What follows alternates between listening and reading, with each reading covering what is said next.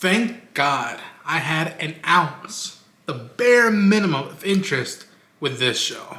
Hi everyone, I'm Ronan Unchained. I'm here to do a review for A Knight of the Seven Kingdoms, the newest entry into George R.R. Martin's Westeros universe and the second prequel show. I'm gonna give you my non-spoiler stuff to savor some of the surprises that's coming in the next few weeks. Right off the bat, this show is fucking awesome. It's a great new point of view to the world of Westeros through the difference between class, perspective, and perseverance. The two new characters we follow are Dunk and Egg, for non-book readers. Two individuals that come from different sides of the world, and yet they offer us the opportunity to feel friendship, loyalty, betrayal, and code. Shout out to both Peter and Dexter, the two actors who perform Dunk and Egg respectively, are just phenomenal. Amazing new finds and great additions to the lore now of Game of Thrones. If you've never read the novellas or the collection of them, you'll be fine. If you have, you'll recognize stuff from the book, and you'll definitely be startled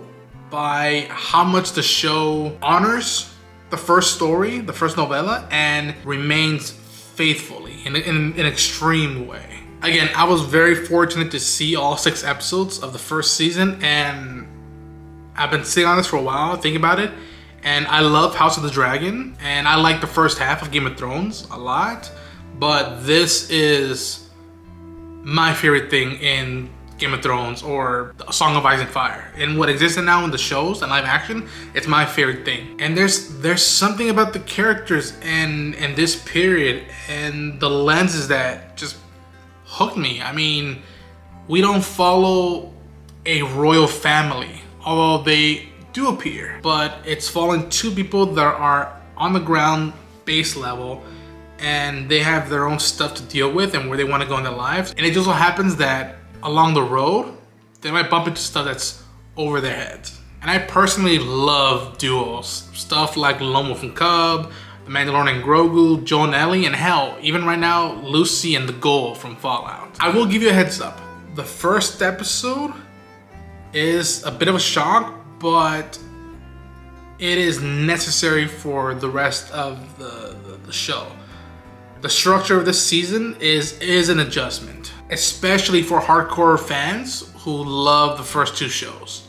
It's gonna be something to be like, yo, we're in the same world, just not the same road and trails we're used to going through. But stay with it.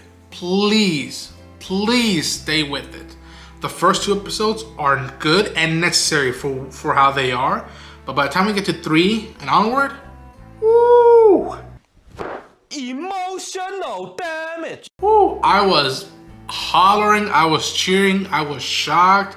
I got emotional. It is just bonkers in the best possible way. And the score is amazing. I've been waiting for them to drop it on the official YouTube channel or on Spotify or whatever to be able to re-listen to it and just feel myself back with Dunk and Egg. The production is just as good as it's ever been in my opinion, and it feels built, all of it, matches or rivals anything I've seen out of this universe. I highly recommend it, and get the word out, please. This is the first great television series of the year, at least for me, that I've got the opportunity to see for 2026. Hopefully you enjoy my review of A Knight of the Seven Kingdoms. Please stick around, subscribe to the channel. I'm gonna be covering the hell out of this show through all different forms of formats and mediums in social media.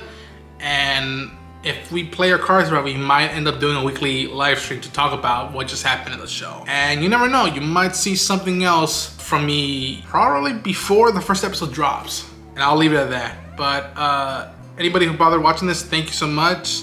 Till then, take care.